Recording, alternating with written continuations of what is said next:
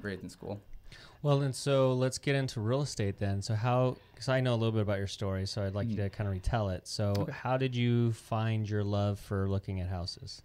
So, my favorite relative growing up, his name was Uncle John. He was actually my mom's uncle, so he was my great uncle. He was my favorite family member to come over for Christmas and Thanksgiving. He would always take me to McDonald's for breakfast in the morning. I woke up at like 6 a.m., crack of dawn as a kid.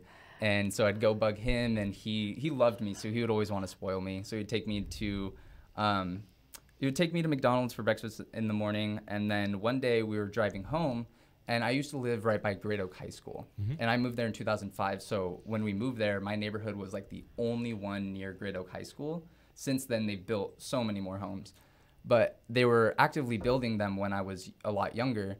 And one time we were on our way home from McDonald's, passing by them, and I was like, Uncle John, I want to go look in those houses. Like, I don't know why. I was like, oh, new houses. I want to see it. I was the type of kid that would set up forts all over the house. I loved creating my own little habitat. I'd be the kid in the closet with my Nintendo DS and a blanket over my head. I don't know why, but the closet, I liked just making it into my own space. That's awesome. It wasn't preferable than my room, but, it was fun. I made it myself.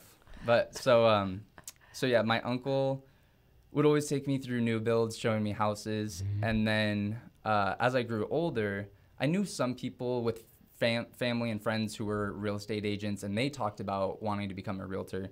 And I never thought about it. I don't know why. Like, someone would tell me, oh, I want to be a real estate agent. I wouldn't even think to like ask, what does a realtor do, or like, what does that job look like? And then how I actually got started in real estate, I was delivering pizzas after high school. So for my senior year and after high school, I was delivering pizzas, going to community college, taking some online classes, getting super underwhelmed. And my uncle had just passed away my senior year, and my parents were in Thailand. My dad was stationed there.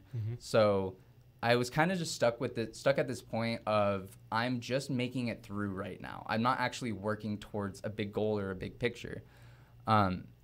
Delivering pizzas wasn't doing anything for me. I was still getting yelled at, and I'm like, I have one of the most insignificant jobs in this world, and people are acting like I ruined their entire day just because I was 5 minutes late.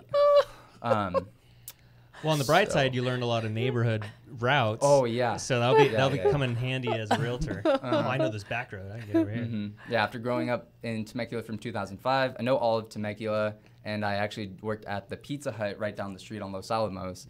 So I delivered pizzas in Murrieta as well. So I kind of learned the area. But so I must have woken up one day just with the idea in my head of look into real estate. I like to think that I'm a spiritual person. I like to think that my uncle came to me in my sleep at a time that he saw that I was lost and didn't know where to go, and he kind of helped guide me. Like, just put the thought in my head of look into it. I think you'd like it. So I looked into it, realized you got to go to school and then get a license. So I just searched Real Estate School California, found the first one that was Allied Real Estate School. I don't think I even looked into it or anything. I just clicked on the website, put in my phone number, someone called me, talked to them real quick, and then got started the very next day. So I was working on that, and I still had no idea what I was doing. Right. I just knew I was being faced with so much information, and it was going to drive me crazy. So I started looking around for people to talk to, kind of like mentors to find, and it was just, super coincidental that the house across the street from me, Justin Bringus, was doing an open house at.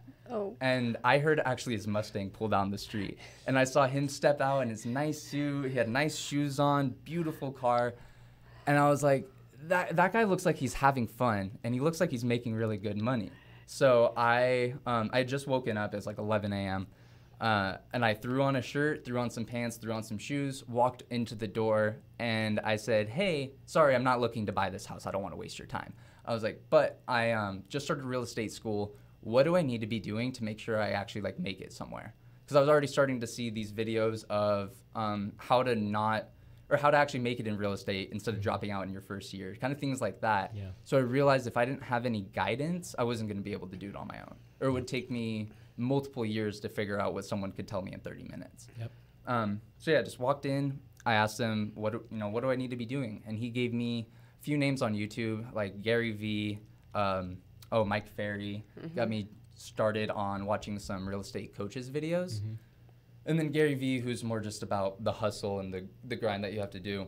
But he was the first one to tell me that prospecting and setting up your pipeline is how you become successful as a real estate agent. And then he talked to me a little bit about what you have to do in order to fill that pipeline, how many calls you have to make, how, yes, you are choosing your own hours, but if you don't choose to work 8 hours a day, you're not going to make 8 hours a day money, 40 hours a week money. So he sort of revamped my whole look at the industry. Justin did, or Gary? Yeah. Justin, Yeah. So after that, I got started working with him. He had just started his team at Keller Williams, I believe, recently before that. And he had one ISA that he was that he had on his team already. And he was telling me a little bit about what she was doing. And then I think the next day or so, I texted him and I was like, hey, I was really interested in that job you were talking about. Do you think I could come in for an interview and we could chat a little bit more about it? So I did, walked into Keller Williams. I put on my nice fitted shirt that my dad got me in Thailand. And I had like 3 dress shirts at this time. And I walked in looking all sharp, and he gave me the job as an ISA. He started me making expireds and canceled calls. So I'm calling people who absolutely hate me. Yeah, throwing the shark in, man. They've already been getting blown up by realtors all day long. Yeah, they're already angry. Oh my gosh. And he got me in on that and said, learn how to make these people not angry at you and how to schedule appointments with them. And so I did that for, I think, two or 3 months until I was getting burnt out. I wasn't scheduling appointments. He was still paying me, so something wasn't working. And then he, as he was growing his team, he was trying to find a spot for me because I don't think he wanted to let me go. He wanted to keep helping me, but it was just I wasn't having any success on the phone with expireds. It was too hard.